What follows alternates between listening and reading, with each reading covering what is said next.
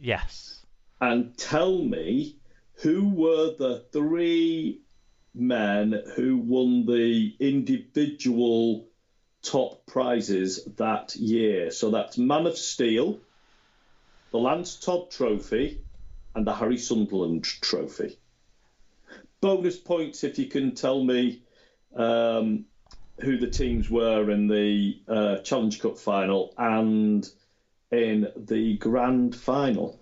Right, so 2008 was... No Googling, by the way. No, 2008 was Saints... Oh, fuck. Was it Saints Huddersfield 2008? Was it Saints Catalans the year before, the first one back at New Wembley, and then it was Saints Huddersfield 2008? It wasn't. It was Saints versus Hull. Oh, God. Was it the third one back at New Wembley? Yeah, it was the third. Ah, well, there you go. I'm way off track. Right, okay. Man of Steel in 2008 was...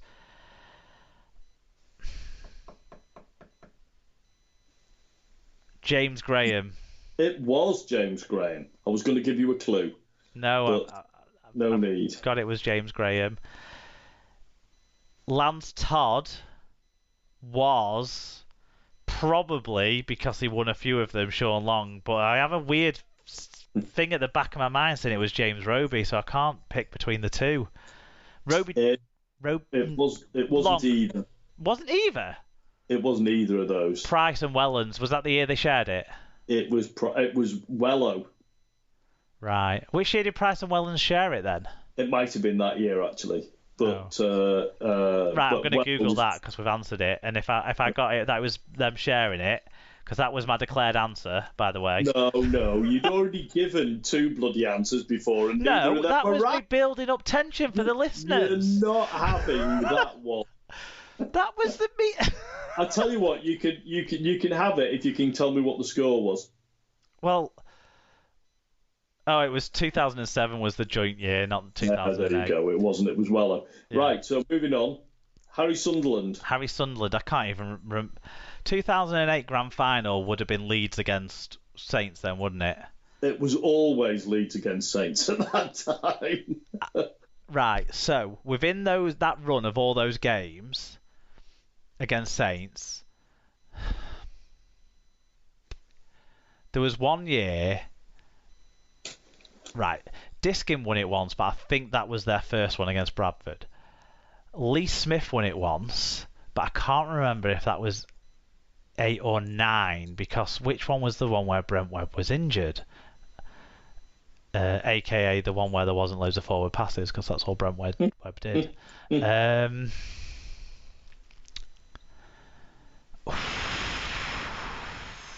going to go Lee Smith. It was Lee Smith. Bonus point if you can tell me the score. Of that match? Yeah. I've got no idea. 28-12? No, 24-16. It's close though. And the Saints Hull Challenge Cup final was 28-16. So they're both very similar scores. Sadly, not both the same way. Do you know what? I'll level with you. I definitely didn't watch that Challenge Cup final in 2008. Not a surprise. I did watch the grand final though. Yeah. All right. Well, let's hope. It was a really good final actually. The whole final. It was a real arm wrestle for a fair chunk of the game. I can't remember. There was a Hull player playing who'd had a bad injury and he'd come back from injury, and I can't remember who the hell it was now. That's my age mark. But it was a really good game. Scoot will tell us next week. We only pulled away sort of in the second half. It was a good game, a really good game. I hope it's the same score this time for the Saints, but there you go. And that it's an equally good game and it's very enjoyable. I hope Rob and the Cast fans are going down for the game have a terrific day out. Yeah, and I hope they come as winners. Well, obviously you do, but you can't have everything, Mark. Well, we won't have you on the show next week where we'll be doing our prediction for the... Probably not, because I'm going to be in a caravan in Great Yarmouth. I'm on holiday when this final's on. It's really, really bad planning on my part. But I've managed to book a train from Great Yarmouth via Norwich into London for the day on the Saturday. So there's a bunch of us meeting up down in London and hoping to have a good day. And I should be able to find my way back to Great Yarmouth sometime that evening. But I suspect the caravan is not going to be a good place to do a podcast. My wife will be tearing her hair out if I'm podcasting with you on Monday evening. So we have an opening on that Monday if Saints do win, for a St Helens fan to join us, or a Castleford fan, of course, a fan to join us when they win. What's your prediction then? What's your long range looking 10 days out prediction for the match? Will it go ahead, and what will the result be? Well, it better bloody go ahead, hasn't it? So there's too much at stake for it not to go ahead. So, yes, I'll say it will go ahead, although there's clearly risks involved. I think Saints ought to win, and I think Saints will win this time, and I'm going to say, why not 24-16? To Cass, yeah. Okay. Any other business, David? Anything else you want to tell the listeners about this week? I've got a recommendation, if that helps. Yes. Because I don't. Good. I'll do a recommendation then. So for those of probably everybody knows this, and I am just the last person at the party. But let me say it anyway, just in case. Usually, let me say it anyway, just in case. If you've got the Google app on your phone.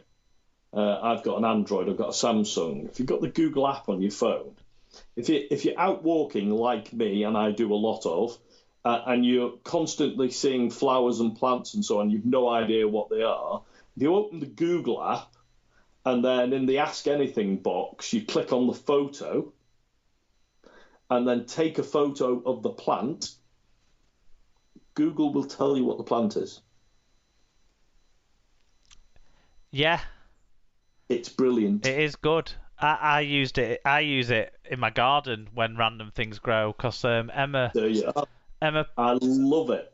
Emma threw a load of like wild meadow seeds down last autumn that then grew up this spring, but we didn't know what any of the things were other than poppies, which were obvious. So I had to like Google Lens all the flowers to figure out which ones were which and whatnot. Yeah, I think it's great. I think it'll work on things other than flowers as well, but I haven't tried it yet. Oh yeah, no, we had some fungus growing on these logs that we have in the garden that I used to identify as well. Yeah. It probably works on things that aren't garden related as well. Almost certainly, Mark. We'll try and expand the range of this. It might. Yeah, we could get in trouble quite quickly. Actually. You have shown some sort of age there by only just learning you could take a photograph and do a search. Yes. No. I've seen some sort of apps and so on that do this before, which probably uses Google's underlying technology. And do you know what? You can do a video call. Ooh, oi, nah. Video call. Oh, stop it there. No, what I found really nice about this was how simple it was just to press the camera button on the app, and then I thought it was really neat. Yeah. Okay. The way it worked. You know what? My recommendation is, after a shitty week and day at work that was awful, spend 2.5 hours talking to one of your friends about rugby league. There you are.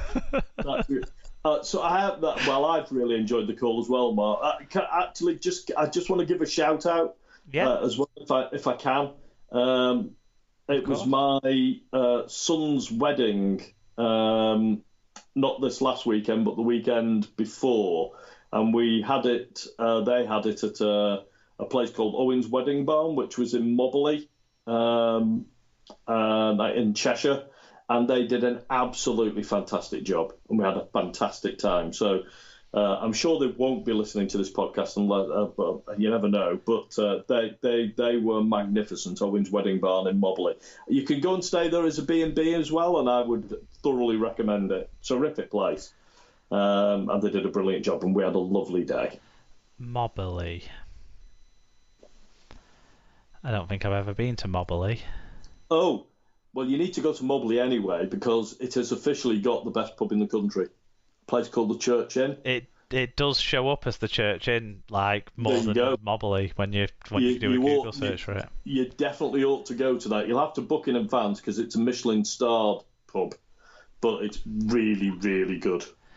We're going, all being well, walking in Cheshire on Saturday. After last weekend, we went walking in the sort of West Pennine Moors, and I don't know why I do it, but whenever you go around there, you kind of like anywhere round the back of Winter Hill, basically.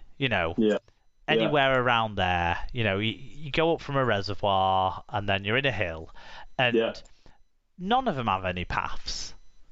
Like, all the paths that apparently exist on your OS map don't exist when you're there. That's like walking in Scotland, mate. Especially this time of year when all the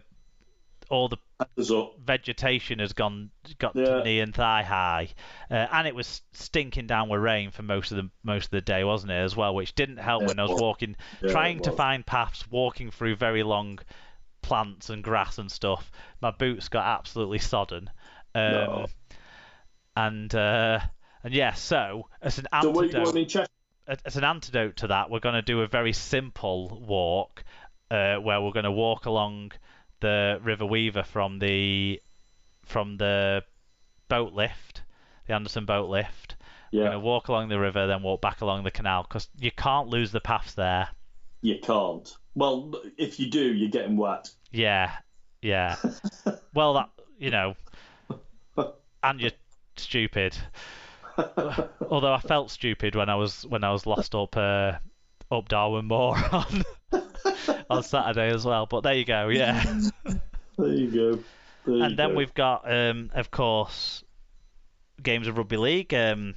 Sandwiching that in with Friday night and Sunday afternoon television games, and potentially the round ball coming home on Sunday evening for everyone to look forward to. And so what we are proposing is our next show will be on Tuesday next week. If I remember right, it's Scoots joining me. We'll probably, if I remember and I'm not too stressed out at work, get a poll out on Monday for who's going to win the Challenge Cup final, and look forward to hearing from everyone. If anyone's got any predictions for the Challenge Cup final that you want to tweet to us when we hit the poll out, the funnier the better, and that'll be great. Yeah, do you want to remind people about how to interact with us, David? I certainly will. You can find and share the show by looking for @SuperLeaguePod on Twitter and Instagram. Facebook.com/SuperLeaguePod. You can contact us via superleaguepod@gmail.com or superleaguepod.com. Search for the show on Spreaker, Apple Podcasts, Google Podcasts, Podcast Addict, Stitcher, Spotify, Overcast, or anywhere you normally find your podcasts, and on YouTube too. God, this show's going to be a bit hard on YouTube. 15-minute segments of this 3-hour mammoth. Shout out to our friends, Rob's Toy Shop. Enter SLP discount on checkout at Rob's Toy Shop on eBay and get 5% cash back on orders over £5, plus give 1% cash back to SLP. Little Warden, vital alerts for hidden issues. Head to littlewarden.com to see what they can do for you. And Sarah's Bookcase. Sarah sells Usborne books with access to over 3,000 titles from baby to young adults. There's something for everyone. Find out more on the Facebook page. There'll be links to all of that if you go to superleaguepod.com and check out the episode blog post. And that is it for episode 308, aka the news episode, aka the ranty episode. Thanks everyone if you've stuck with us this far. I'm amazed if you have, so well done to you. This is the kind of thing where we need to slip in an Easter egg for them to drop in a code word or something, but I'm too tired to even think of one, David, so I'm just going to say goodbye to them all and tell them all that to come back next week to listen to your favourite rugby league podcast, the Super League Pod. Ta-ra! See ya! Bye now!